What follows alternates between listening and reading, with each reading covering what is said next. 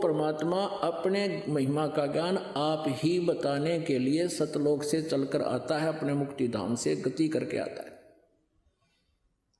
और अपने ज्ञान को कविताओं के माध्यम से वर्णन करने के कारण वो प्रसिद्ध कवि की उपाधि भी प्राप्त करता है। और वो पूर्ण परमात्मा होता है, वो परमेश्वर होता है, स्वामी होता है। इसलिए उसको कबीर देव कहने लगे, हम कबीर साहब कहने लगे।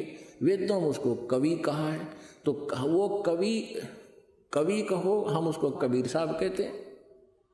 वो अपनी अच्छी श्रेष्ठ आत्माओं को आकर मिलता है, अच्छी आत्मा को अपना ज्ञान सुनाता है। वो परमात्मा राजा की तरह दर्शनीय है, उसका नाम कबीर देव है। वो 3 प्रकार से शरीर सती थी उस परमात्मा की। एक रूप में वो तेजो में शरीर में अपने सतलोक यानी अमरधाम में रहता है, और अपना ही अन्य रूप बना करके कभी शिशु रूप धारण करके आता, वो द्वितीय स्थिति है। और कभी वो एक जिंदा महात्मा के रूप में आकर प्रकट हो जाता है, किसी भी अच्छी आत्मा को मिलकर उसको ज्ञान देता है। जैसे आदरणीय धर्मदास साहिब जी को मिले, आदरणीय गरीबदास साहिब जी को मिले, आदरणीय नानक साहिब जी को मिले, आदरणीय गीसादास साहिब जी खेखड़ा वाले को मिले, आदरणीय दादू साहिब जी को मिले, आदरणीय मुरुखदास साहिब जी को मिले, आदरणीय नामदेव साहिब जी को मिले, और आदरणीय रामानंद साहिब जी को मिले।